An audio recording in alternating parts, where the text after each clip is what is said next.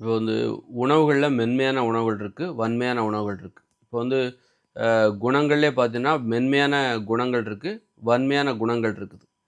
இப்போ சிங்கத்தோட குணங்கள்லாம் பார்த்தீங்கன்னா, வன்மையானது. அ வன்மையான குணங்கள். அதுவே ஒரு மானோட, ஆடு, மாடுகளோட குணங்கள் மென்மையானது. தாவர உண்ணிகளோட குணங்கள் வந்து மென்மையானது. அவைகள் உண்ணுகிற உணவுகளும் மென்மையானது. தாவர உண்ணிகள், மாடு வந்து அதோட குணம் மென்மையானது. அதுபோல ஆடு, மாடு இதோட குணங்கள்லாம் மென்மையானது. அவைகள் உணவுகளும் பார்த்தீங்கன்னா, மென்மையானது தான். அதுபோல சிங்கத்தோட குணங்கள் பார்த்தீங்கன்னா, வன்மையானது. அதோடைய உணவுகளும் பார்த்தீங்கன்னா, வன்மையானது. மாமிசத்த சாப்பிடுது. மாமிசம் போய் உள்ள செரிமானம் செய்யுது. அப்ப அதற்கு என்ன தேவை? வன்மையான குணங்கள் தேவை. கோவம், கடுமையான கோவம். ஒரு பரிதாபமே இல்லாத ஒரு கோபம். அ அந்த கோபம் இருந்தா தான், அந்த சிங்கத்தின் உணவு இருக்குல்ல, அந்த மாமிசம் அது செரிமானம் செய்யப்படும். இப்ப வந்து நம்ம ஆட்கள் எதனால மாமிசம் சாப்பிட்டாங்க? சண்டையிடுவதற்கு. சண்டையிடணும், போரிடணும். அதற்கு தேவையான கோபத்தை பெற வேண்டும். அது அந்த கோபம் அத வந்து அது எது தருது? இந்த மாமிசம் தான். நான் மாமிசமே சாப்பிட மாட்டேன். நான் போருக்கு கிளம்புறேன்னு சொல்லிட்டு எவனா போவானா? போருக்கு போறியா? நீ மாமிசம் சாப்பிடு. அப்போ மாமிசம் சாப்பிடணும் அப்படி சாப்பிட்டியா? நீ போருக்கு போ. நீ மாமிசம் சாப்பிட்டியாப்பா? அப்ப நீ போருக்கு போ. அப்பதான் அது செரிமானம் ஆகும். எனக்கு சண்டைனாலே பிடிக்காது. ஆனா சாப்பிடுறது மாமிசம். அப்படின்னா அது செரிக்காது. ஒரு போர்க்குணம் இருந்தால் தான் நீ சாப்பிடுகிற மாமிசம் அது செரிமானம் செய்யும். அது ஏன்னா அது வன்மையான உணவு. வன்மையான உணவுகளை செரிமானம் செய்வதற்கு வன்மையான குணம் தேவை. வன்மையான கோபம் தேவை. அது வந்து ஒரு அமிலத்த சுரக்கும். அதை செரிமானம் அந்த வன்மையான கோபம் இருக்குல்ல, அது அது உடம்புல ஒரு வன்மையான உணவுகளை செரிமானம் செய்வதற்கு ஏற்ற ஒரு அமிலத்தை சுரந்து அது செரிமானம் செய்யும். ஆனா வன்மையான அதனால வந்து நீங்க வந்து உங்க கேரக்டர் என்னன்னு நல்லா பார்த்துக்கோங்க. எனக்கு வந்து சண்டைனாலே பிடிக்காது. போர்னாலே பிடிக்காது. ரத்தம்னாலே பிடிக்காது. வெட்டுனாலே பிடிக்காது. குத்துனாலும் பிடிக்காது. எனக்கு வந்து அமைதி, அன்பு, அப்படின்னா நீங்க உணவ மாத்திருங்க.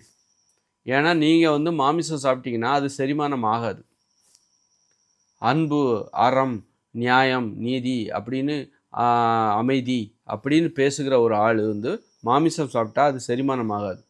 அப்போ மாமிசம் செரிமானம் ஆகணும்னா, நீங்க ஒரு போர் வீரரா இருக்கணும். ஒரு போர்க்குணம் படைத்தவரா இருக்கணும்.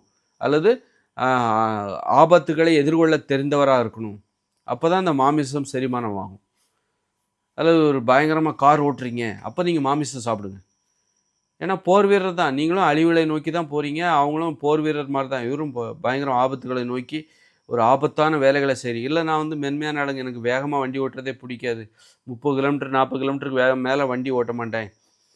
அப்படின்னாலே நீங்க மென்மையானவர் தான். ஆனா நீங்க ஒரு ஆம்னி பஸ் ஓட்டுறீங்க, லாரி ஓட்டுறீங்க அப்படின்னா, நீங்க ஒரு பயங்கரமான போர்க்குணம் படைத்தவர் தான்.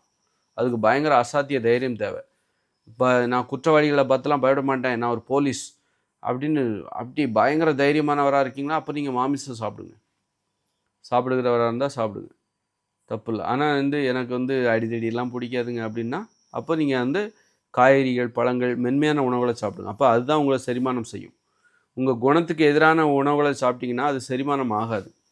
ஒரு குழந்தை அப்போ வந்து ஒரு குழந்தை வந்து மாமிசம் சாப்பிடலாமான்னா, குழந்தைகிட்டயும் அந்த போர்க்குணம் இருக்கும். சில குழந்தைகள்ட்ட கூட.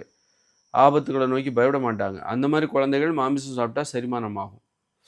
ஆனா ஒட்டுமொத்தமா மனிதர்கள் யாரு அப்படிங்கிற ஒரு குணம். இது என்ன மனிதர்கள் இப்ப எல்லா ஆடும் ஒரே ஆடு தான்.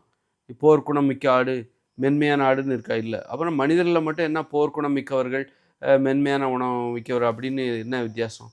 அப்படி அப்போ மனிதர்கள் எல்லாரும் ஒரே மாதிரியான குணம் படைத்தவர்களாக மாறப் போறாங்க எதிர்காலத்துல. எல்லாருக்குமே போர்னா பயம்தான். சாவுன்னா எல்லாருக்குமே பயம்தான். இன்னைக்கு வந்து எனக்கு பயம் இல்லன்னு இவன் பொய் சொல்லிக்கிட்டு இருக்கான். அப்படி பொய் சொல்லுகிறவர்களுக்குத்தான் மாமிச உணவு சாப்பிட வேண்டும். இன்னைக்கு பொய் சொல்றாங்க பாருங்க. நான் போர்க்குணம் மிக்கவர்கள் நடிக்கிறான். உண்மையே நடிப்பாங்க. அவங்க வந்து சொல்லிட்டு போருக்கே கூட போவாங்க. ஆபத்தான வேலைகள செய்வாங்க. கார் ஓட்டுவாங்க, ஃப்ளைட் ஓட்டுவாங்க, கப்பல் ஓட்டுவாங்க, முரட்டுத்தனமா வேல பார்ப்பாங்க, மூட்டை தூக்குவாங்க. இவங்கலாம் போர்க்குணம் மிக்கவர்கள். இவர்கள் தான் மாமிசம் சாப்பிட வேண்டும். சும்மா எல்லாரும் சாப்பிட்டுட்டு இருக்காதீங்க. நீங்க மென்மையானவராக இருந்தால் உணவை மென்மையான உணவுகளை தான் சாப்பிட வேண்டும். மென்மைங்கிறது ஒண்ணும் தாழ்வு கிடையாது. மென்மை தான் உயர்வு. வன்மைகளை கடந்து வந்தால் தான் நீ உயர்வான வாழ்க்கை வாழ முடியும். அதனால நீங்க மென்மையானவர்னா, அவர் வன்மையான உணர்ச்சிகளை கடந்து வரணும். இது ஒரு ப்ரமோஷன். மென்மையானவர்ங்கிறது வந்து ஒரு ப்ரமோஷன்.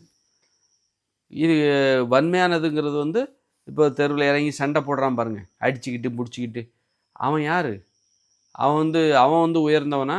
இல்லைப்பா சண்டை போடாத, அன்பா இரு, பாசமா இருன்னு சொல்கிறாங்களே மென்மையானவர்கள், அவர்கள் உயர்ந்தவர்களா? அந்த அன்பு பாசம்னு போதிக்கிறாங்க, அவங்க தான் உயர்ந்தவர்கள். சண்டை போடுறான் பாருங்க, அடி வெட்டு குத்து அப்படின்னு, அவன் தாழ்ந்தவன். தாழ்ந்தவர்களின் உணவு தான் மாமிசம். உயர்ந்தவர்களின் உணவு இந்த மென்மையான உணவு, காய்கறிகள், பழங்கள், கீரைகள். பச்சையாக சாப்பிட்றான் பாருங்க, அதுதான் உயர்ந்த உணவு, உயர்ந்த நிலை. பச்சையாக உணவுகளை சாப்பிடுகிற, பச்சை காய்கறிகளை பச்சையாக சாப்பிடணும், அவர்களுக்குத்தான் நோய்களே வராது. பாருங்கள், உயர்ந்த நிலையை அடைஞ்சிட்டா ஆரோக்கியம்தான் உயர்ந்தது.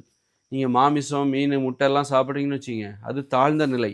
தாழ்ந்த நிலையில் இருப்பவர்களுக்குத்தான், அவங்க தான் வெட்டு குத்து முரட்டுத்தனமாக வேலை பார்க்குறது, ஆடம்பரமான வாழ்க்கைக்கு ஆசைப்படுறது, உயிரை பணயமாக வைக்கிற, இவங்கெல்லாம் தாழ்ந்த நிலை. தாழ்ந்த நிலையில் இருப்பவர்களின் உணவு தான் மாமிசம்.